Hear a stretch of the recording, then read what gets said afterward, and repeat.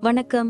ஜோதிடத்துல ராசியும் லக்னமும் ஒருத்தரோட வாழ்க்கையை தீர்மானிக்கிற ரொம்ப முக்கியமான விஷயங்கள்னு சொல்லலாம். ஒரு ஜாதகத்துல லக்னம்ங்கிறது நம்மளோட உயிரையும், ராசிங்கிறது உடலையும் குறிக்கும். ஆமாங்க. நம்ம பிறக்கிறப்ப கிழக்கு திசையில எந்த ராசி தெரியுதோ அதுதான் நம்மளோட லக்னம்.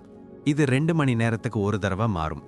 அதனால ஒரு நாளைக்கு 12 லக்னங்கள் மாறி மாறி வரும். அதனால தான் லக்னம் ரொம்ப துல்லியமான தகவல்களை கொடுக்குன்னு சொல்றாங்க. சரியா சொன்னீங்க. லக்னம் ஒருத்தரோட குணாதிசயங்கள், உடல் அமைப்பு, மனசு எப்படி இருக்கும், அவரோட செயல்பாடுகள், ஆயுசு, எதிர்காலம்னு எல்லாத்தையும் சொல்லும். ராசிங்கிறது நம்ம பிறக்கிறப்ப சந்திரன் எந்த ராசியில இருக்காரோ அதுதான் நம்ம ராசி. சந்திரன் ஒரு ராசியில 2.25 நாள் இருப்பாரு. அதனால ஒரே ராசியில நிறைய பேர் பிறந்திருக்கலாம். சந்திரன் மனசுக்கு அதிபதின்னு சொல்றதால ராசி நம்மளோட மனநிலை, எண்ணங்கள், உணர்வுகளை பத்தி சொல்லும். தினமும் பார்க்குற ராசி பலன் கூட இந்த சந்திர ராசியை வச்சு தான் சொல்லுவாங்க. ஜோதிட ரீதியா பார்த்தா லக்னம் தான் ஒருத்தரோட முழு வாழ்க்கையும் தீர்மானிக்கிற முக்கிய காரணி. ஆமாங்க, நம்மளோட ஆளுமை, சிந்தனை, செய்யற வேலைகள், அதிர்ஷ்டம்னு எல்லாத்துலயும் லக்னம் தான் முக்கிய பங்கு வகிக்கும். ராசி அதுக்கு துணையா செயல்படும். ஒருத்தருக்கு லக்னமும் ராசியும் ரெண்டும் நல்லா இருந்தா அவரோட வாழ்க்கை நல்ல முன்னேற்றமா இருக்கும். மேலும் லக்னம் மற்றும் ராசிக்கு அதிபதியான கிரகங்கள் ஜாதகத்துல எப்படி இருக்குங்கிறதையும் பார்க்கணும். ஒரு கிரகம் லக்னப்படி கெடுதல் பண்ற மாதிரி இருந்தாலும் ராசிப்படி அதே கிரகம் நல்ல பலன்களை கொடுத்தா அந்த கெடுதல் குறைஞ்சு நல்லதாவே மாற வாய்ப்பு இருக்கு. அதனாலதான் ஒரு ஜாதகத்தோட பலனை முழுமையாவும் துல்லியமாவும் தெரிஞ்சுக்க லக்னம் மற்றும் ராசி ரெண்டையும் சேர்த்து பார்க்கணும். இப்போ நாம ஒவ்வொரு ராசி மற்றும் லக்னக்காரர்களோட தனித்தன்மைகள், அவங்க வாழ்க்கையில நடக்கிற முக்கியமான விஷயங்களை பத்தி விரிவா பார்க்க போறோம். இந்த பதிவை முழுசா பார்க்கறதுக்கு முன்னாடி நீங்க இன்னும் நம்ம சேனலை சப்ஸ்கிரைப் பண்ணலன்னா இப்பவே சப்ஸ்கிரைப் பண்ணிக்கோங்க. பக்கத்துல இருக்கிற பெல் பட்டனையும் கிளிக் பண்ணி வைங்க. அப்போதான் நம்ம போடுற ஒவ்வொரு புது பதிவும் உங்களுக்கு உடனே தெரியும். சரி வாங்க, இனி வீடியோக்குள்ள போகலாம். என்னப்பா, இன்னைக்கு ஒரு இன்ட்ரெஸ்டிங்கான காம்பினேஷன் பத்தி பேசலான்னு இருக்கேன். மகர ராசி, ஆனா லக்னம் ரிஷபம். இவங்க கேரக்டர் எப்படி இருக்கும்? அடேங்கப்பா, இது ரொம்ப ஒரு சாலிடான காம்பினேஷன் ஆச்சே. ஏன்னா மகரமும் நிலம், எர்த் சைன், ரிஷபமும் நிலம், ரெண்டுமே எர்த் எலிமெண்ட் அப்படிங்கிறதால இவங்க கிட்ட அசாத்தியமான பொறுமையும் விடாமுயற்சியும் இருக்கும். இவங்க காலு எப்பவுமே தரையில தான் இருக்கும். அதாவது ரொம்ப யதார்த்தமான மனுஷங்க. நிதானமா இருப்பாங்கன்னு சொல்ற. ஆனா இவங்க கிட்ட அந்த வசீகரம் இருக்குமா? ஏன்னா ரிஷபம் சுக்கிரனோட வீடாச்சே. கண்டிப்பா இருக்கும். ரிஷப லக்னங்கிறதால அவங்க பேச்சு ரொம்ப இனிமையா மத்தவங்களை ஈர்க்கிற மாதிரி இருக்கும்.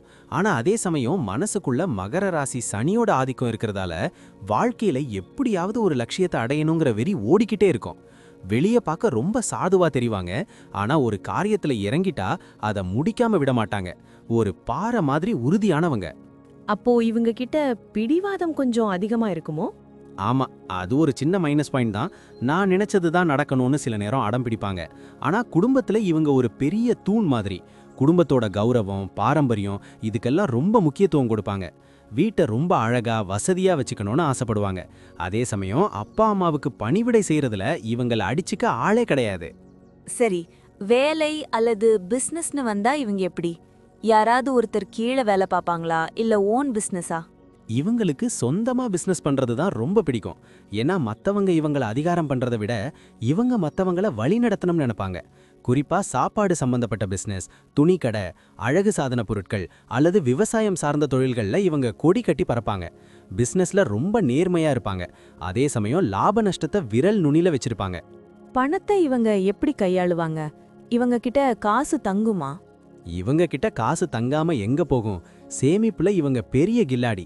ரிஷப லக்னம் சுக்கிரன் ஆதிக்கங்கிறதால நல்ல பொருட்களை வாங்கணும்னு ஆசை இருக்கும். ஆனா மகர ராசி சனி தேவையில்லாம செலவு பண்ணாதேன்னு தடுத்துக்கிட்டே இருப்பாரு. அதனால இவங்க பெரும்பாலும் நிலம், வீடுன்னு அசையா சொத்துக்கள்ல தான் முதலீடு பண்ணுவாங்க.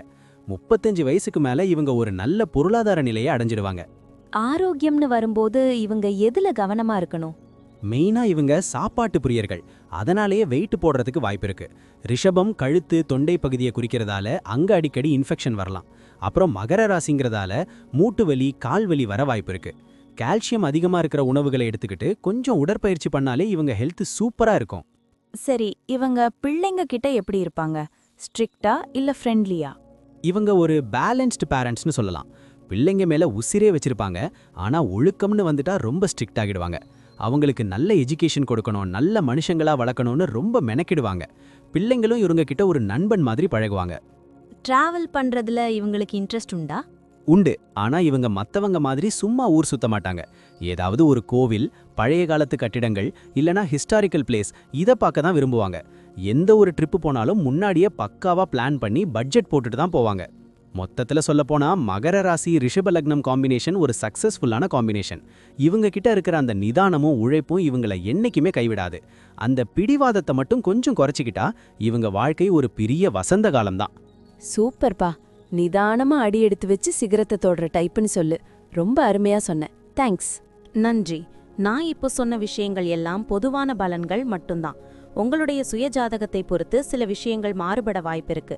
ஆனாலும் நான் சொன்ன பெரும்பாலான விஷயங்கள் உங்க வாழ்க்கையில நடக்கும்னு நம்புறேன். இந்த வீடியோ உங்களுக்கு பிடிச்சிருந்துச்சுன்னா நான் அடுத்து பாகம் 2 எடுக்க தயாரா இருக்கேன். பாகம் 2 வேணும்னா பாகம் 2ன்னு டைப் பண்ணுங்க. நிறைய நண்பர்கள் பாகம் 2 கேட்டா சீக்கிரமே பாகம் 2 வீடியோவை பதிவு செய்றேன். இந்த வீடியோ உங்களுக்கு பிடிச்சிருந்தா லைக் பண்ணுங்க, ஷேர் பண்ணுங்க, நம்ம சேனலை சப்ஸ்கிரைப் பண்ணுங்க, பக்கத்துல இருக்கிற ஆல் பட்டனை கிளிக் பண்ணி வச்சுக்கோங்க. அப்போதான் நாங்க போடுற வீடியோக்கள் உங்களுக்கு உடனுக்குடன் நோட்டிஃபிகேஷனா வரும். உங்களுடைய எதிர்கால வெற்றிக்கு என்னுடைய வாழ்த்துக்கள். நன்றி. வாழ்க வளமுடன்.